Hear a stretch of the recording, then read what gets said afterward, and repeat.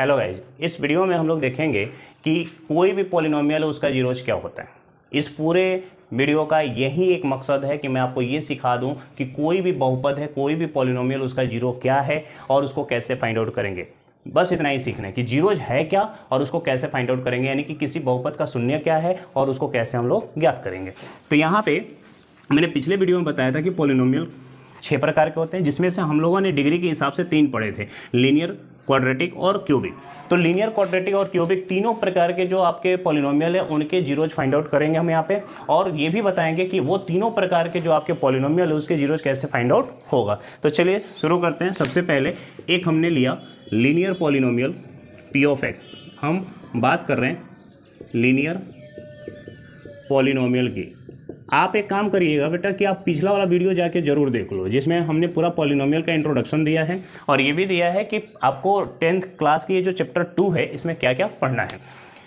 तो हमने यहाँ पे लिया है एक linear polynomial P of X. Let P of X is equal to 7x plus 14। हमने मान लिया कि एक लीनियर पॉलिनोमियल है जिसकी वैल्यू है 7x प्लस 14। तो लीनियर पॉलिनोमियल उसको कहते हैं, आपको पता ही होगा, जिसमें वेरिएबल का पावर मैक्सिमम कितना हो, 1 हो, यानी एक घात 1 हो। अब हमें फाइंड आउट करना है या समझना है कि इसको जीरोज क्या है। तो हम ये कह सकते हैं कि zero of the polynomial, zero of the polynomial is that value of variable, मतलब कि x eight which polynomial p of x becomes zero. ये आप 9th में भी पढ़े होंगे, समझ पा रहे हैं कि किसी भी पॉलिनोमियल का जीरो वेरिएबल की वो वैल्यू होती है जिस पर पॉलिनोमियल क्या हो जाए, जीरो हो जाए। अगर मैं ये मान लेता हूं कि x बराबर 1 पे चेक करते हैं कि इस पॉलिनोमियल की वैल्यू कितनी आ रही है, तो x बराबर 1 पे p of x p of 1 अगर चेक करेंगे तो ये आएगा 7 इंटू 1 प्लस 14। इसकी वैल्यू होगी 7 प्लस 14। आप बताओ क्या इसकी वैल्यू जीरो आई? नहीं। अगर एट x बराबर 1 पे इस पॉलिनोमियल की वैल्यू जीरो नहीं आ रहा है, इसका मतलब ये हुआ कि इस पॉलिनोमियल की ये जो वैल्यू है, यानी वेरिएबल की जो वैल्यू है, वो जीरो नहीं है।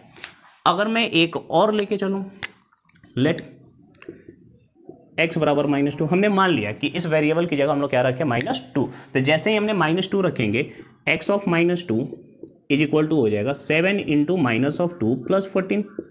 ऑब्वियस सी बात है, -2 इंटू 7 -14 प्लस 14, और ये कितना आ जाएगा, जीरो। ये हम कह सकते हैं कि अगर पॉलिनोमियल की वैल्यू जीरो आई तो ये जो x बराबर -2 है वो क्या है, एक जीरो है इस linear polynomial p of x का। समझ पा रही है बात?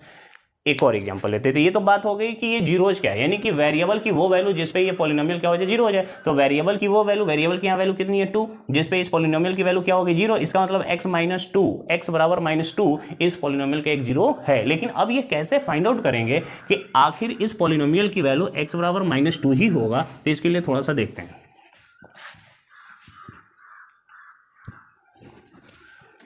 ध्यान देना है यहाँ पे। अगर मैं ये कहता हूँ, समझिएगा, अगर मैं ये कहता हूँ कि ये आपका पॉलिनोमियल p ऑफ x बराबर 7x प्लस 14 है और हमें फाइंड आउट करना है कि आखिर इस पॉलिनोमियल का जीरो क्या है, इस पॉलिनोमियल की जीरो क्या है, यानी कि वेरिएबल की कौन सी वैल्यू है जिसपे पॉलिनोमियल जीरो हो जाए। तो आप क्या कर लीजिए, लेट कर लीजिए x बराबर कोई भी एक नंबर, कोई भी एक कॉन्स्टेंट k। x बराबर k इज, हमने लेट कर लिया, x बराबर k is the zero of polynomial p of x। हमने क्या किया कि x बराबर k को, इस पॉलिनोमियल p ऑफ x को, यानी कि p ऑफ x जो है, इसकी x की ये वैल्यू k है जो इस पे ये जीरो हो जाएगा। क्लियर हो गया? अगर हमने ये माना है कि ये इसका जीरो है तो p ऑफ k क्या होना चाहिए, जीरो होना चाहिए। हमने क्या बताया था कि वेरिएबल की वो वैल्यू जिस पे पॉलिनोमियल क्या हो जाए, जीरो हो जाए, शून्य हो जाए। मतलब कि x बराबर हमने k माना और ये जीरो है। अगर ये इस पॉलिनोमियल का जीरो है, इसका मतलब p ऑफ x यानी कि p ऑफ k क्या हो जाएगा, जीरो। तो now p of k is equal to 7 of k plus 14। आप बताओ अगर k को हमने जीरो माना है तो उस पर पॉलिनोमियल क्या हो जाएगा, जीरो। 7 इंटू k प्लस 14, 14 उधर जाएगा तो -14 बराबर 7 ऑफ k, और यहाँ से k बराबर आ जाएगा -14, जो मल्टीप्लाई में होता है वो डिवाइड में चला जाता है, और ये -2 बराबर k। इसका ये मतलब हुआ कि देखो हमने k की वैल्यू निकाली, कितनी आ गई, 2, यानी कि x बराबर k और k बराबर -2, यानी हम ये कह सकते हैं कि वेरिएबल की वैल्यू अगर -2 होगी तो उस पे इस पूरे पॉलिनोमियल की वैल्यू क्या हो जाएगी, 0। तो बस इतना ही मैं बताने की कोशिश कर रहा हूँ बेटा कि किसी भी पॉलिनोमियल का 0 का मतलब यही होता है कि उस पॉलिनोमियल में जो भी वेरिएबल है उस वेरिएबल की ऐसी कोई वैल्यू आप फाइंड आउट कर लो जिसपे पूरा पॉलिनोमियल ही क्या हो जाए, 0 हो जाए। इसी को बोला जाता है 0 या शून्य। बहुत ईजी सी बात है, जो लैंग्वेज में बोली गई उसी को हमने यहाँ पे बताया। तो ये रहा आपका लीनियर पॉलिनोमियल का 0 कैसे फाइंड आउट होगा और वो 0 होता क्या है। अब बात करते हैं क्वाड्रेटिक पॉलिनोमियल की।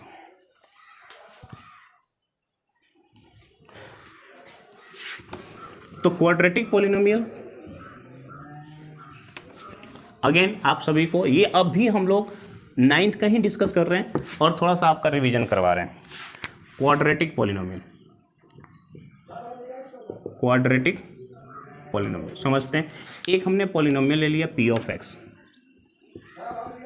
x स्क्वायर -3x -4 हमने ले लिया कैसा, ठीक है, कोई दिक्कत है नहीं। अब क्या करेंगे, x की वैल्यू पुट करते जाएंगे, अपने तरफ से x की कोई भी वैल्यू पुट करते जाएंगे और जिस x पे इस पॉलिनोमियल की वैल्यू यानी इस पूरे की वैल्यू 0 आ जाएगी हम कहेंगे वो उसका 0 है। चलिए चेक करते हैं। लेट x इक्वल टू 1, तो यहाँ पे p ऑफ 1 चेक कर लेते हैं, चेक कर रहे हैं बस।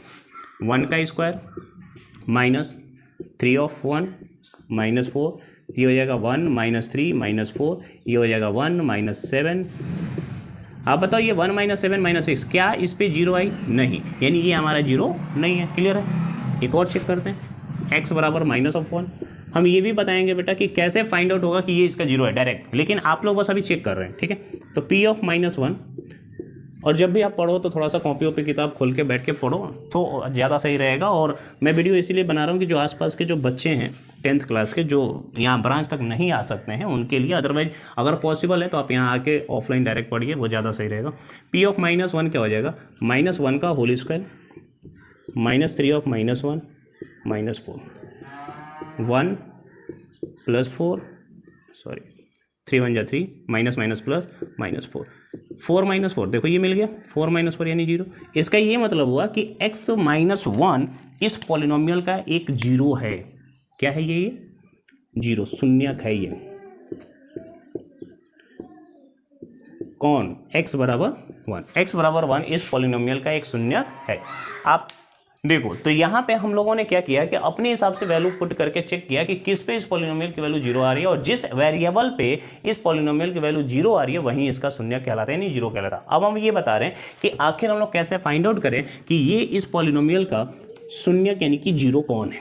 तो चलिए चेक करने के लिए हमने क्या बोला था, आप क्या करो, लेट कर लो। लेट आप ये मान लो कि x बराबर k पर k is 0 of polynomial p of x।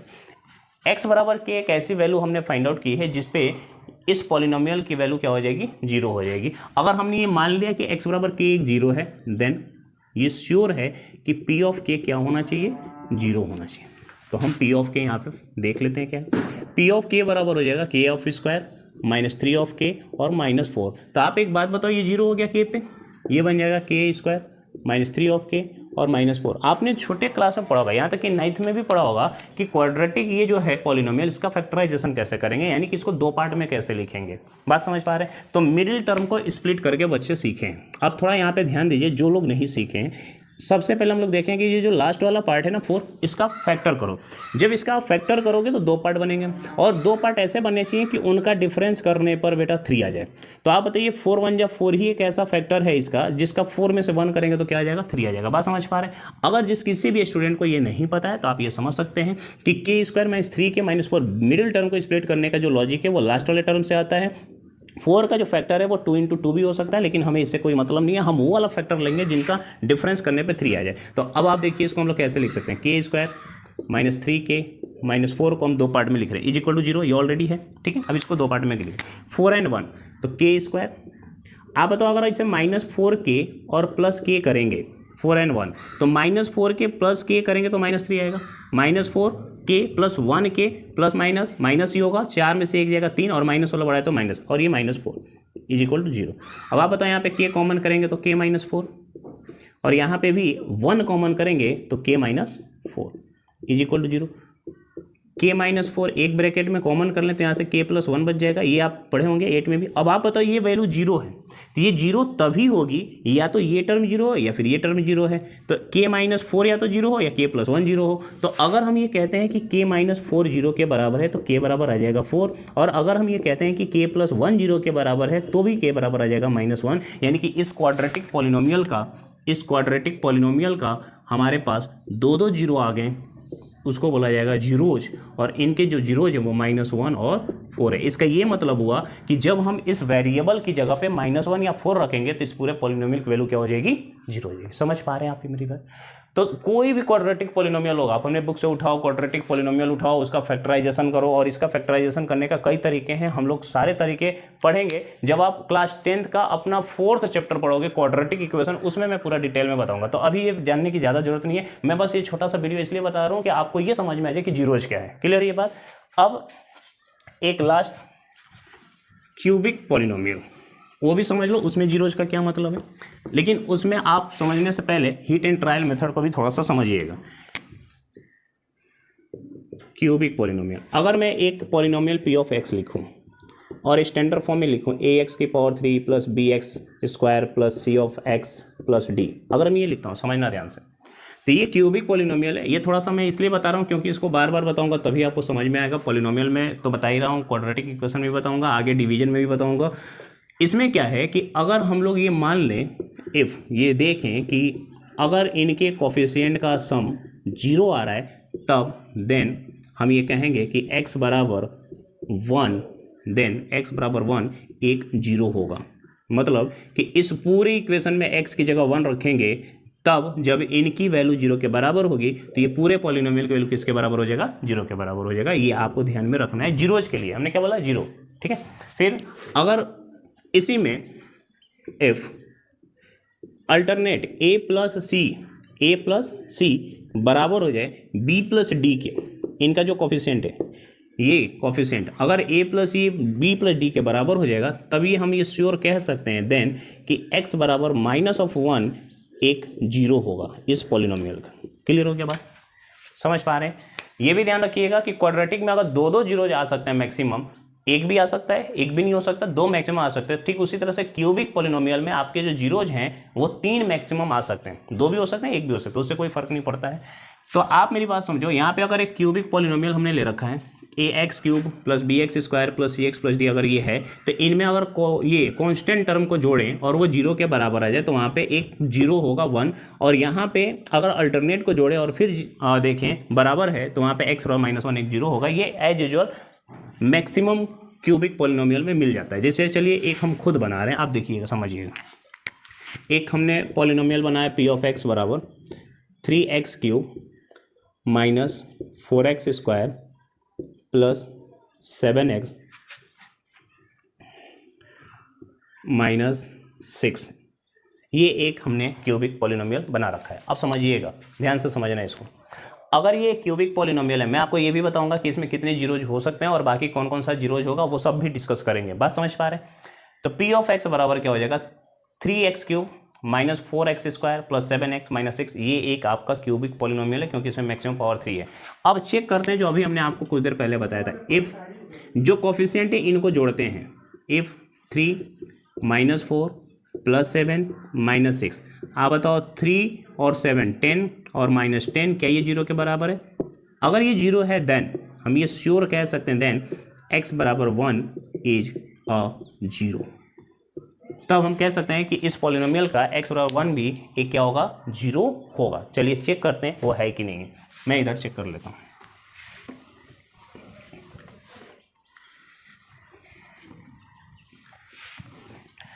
p of x हमने लिखा था 3x³ minus 4x² plus 7x minus 6। तो इसमें सबसे पहले हम लोग क्या करते हैं, लेट x बराबर 1 पुट करते हैं। अगर x बराबर 1 पुट करेंगे तो p ऑफ 1 क्या होगा, p ऑफ 1 होगा 3 1 का क्यूब माइनस 4 1 का स्क्वायर प्लस 7 ऑफ 1 माइनस 6, ये हो जाएगा 3 - 4 plus 7 minus 6 is equal to 10 minus 10 is equal to 0। तो क्या हम ये कह सकते हैं कि x बराबर 1 एक 0 होगा? बिल्कुल होगा, x बराबर 1 एक 0 होगा। तो x बराबर 1 एक जीरो होने का मतलब ये भी हुआ, मेरी बात समझिएगा, ये आप 9th में पढ़े होंगे, अगर x बराबर 1 एक जीरो है, इसका मतलब कि x बराबर 1 अगर एक जीरो है तो हम ये कह सकते हैं कि x माइनस 1 उसका एक फैक्टर भी होगा, जो 9th क्लास में आपने पढ़ा है। फैक्टर का मतलब जो हमने पिछले में अरिथमेटिक फैक्टराइजेशन में बताया था कि इसका एक पार्ट होगा जो इसमें मल्टीपल होगा, इसका एक पार्ट होगा। अगर इसको दो पार्ट में करें, जैसे मान लो हमने 12 का दो पार्ट किया 4 × 3, तो ऑब्वियस सी बात है 3 इसका फैक्टर है, मतलब 3 से पूरा पूरा डिवाइड हो रहा है। 4 इसका फैक्टर है तो ये 4 से भी पूरा पूरा डिवाइड हो रहा है। इसका मतलब ये हुआ कि अगर x माइनस 1 इसका एक फैक्टर है तो इस पूरे में कहीं ना कहीं x माइनस 1 कॉमन होगा। तो बाकी के जीरोज निकालने के लिए मैं बता रहा हूँ, थोड़ा सा ध्यान दीजिएगा, ये 9th का कंसेप्ट है। हमने ये माना कि x माइनस 1 इसका एक फैक्टर है क्योंकि x बराबर 1 इसका एक जीरो है। x बराबर 1 क्या था, एक जीरो था, इसका मतलब x माइनस 1 इसका एक फैक्टर होगा, क्योंकि x माइनस 1 जीरो के बराबर होगा तभी ये पूरा का पूरा जीरो होगा।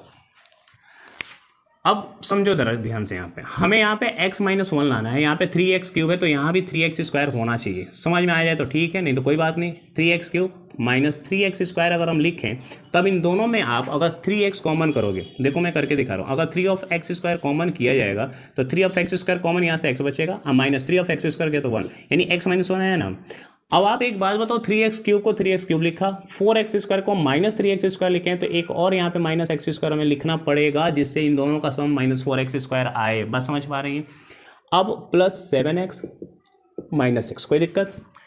जैसे ही हमने देखा कि इनमें तो हो गया माइनस, अब बताओ यहाँ पे एक्स स्क्वायर है, यहाँ पे x, केवल x कॉमन करेंगे तो बात नहीं बनेगी, तो ये एक्स स्क्वायर के साथ साथ हमें यहाँ पे प्लस में केवल x लिखना पड़ेगा, ताकि इसमें x कॉमन करें तो x माइनस 1 मिल जाए। फिर यहाँ पे हमें लिख देंगे 6x माइनस 6। समझिएगा, एक स्टेप थोड़ा सा ज़्यादा आपको सोचना पड़ेगा और कोई ऑप्शन नहीं है।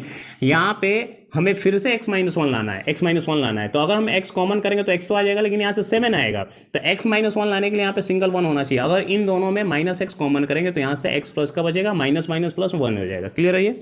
आप समझ पा रहे होंगे, इतना आपको समझना ही पड़ेगा। अब आप 10th में आ चुके हो बेटा। X square x minus 1 minus x common करेंगे, इसमें माइनस और x कॉमन करेंगे तो एक x बच जाएगा। अब minus minus minus plus minus x चला गया, 1 आएगा। देखिए x माइनस 1 फिर से मिल गया, प्लस इन दोनों में देखो तो 6 कॉमन है, x माइनस 1 फिर से मिल गया, यानी इस पूरे में एक x माइनस 1 फैक्टर है कि नहीं। अंदर क्या बचेगा, 3x square minus x plus 6। अब मैं आपको यहाँ पे क्वाड्रेटिक का फैक्टराइजेशन नहीं सिखा रहा हूँ, मैं आपको बता रहा हूँ जीरोज कैसे फाइंड आउट करेंगे। तो एक जीरो तो यहाँ से मिल गया जो x बराबर क्या आ जाएगा 1, बाकी के दो जीरोज आप यहाँ से निकाल सकते हैं। अगर आपको पता है फैक्टराइजेशन करना क्वाड्रेटिक पॉलिनोमियल का तो ठीक है, अदरवाइज क्वाड्रेटिक इक्वेशन हम लोग का जो 4th चैप्टर है वहाँ पे मैं आपको पूरा का पूरा डिटेल में इसको बताऊँगा। समझ पा रहे हैं? कोई दिक्कत है?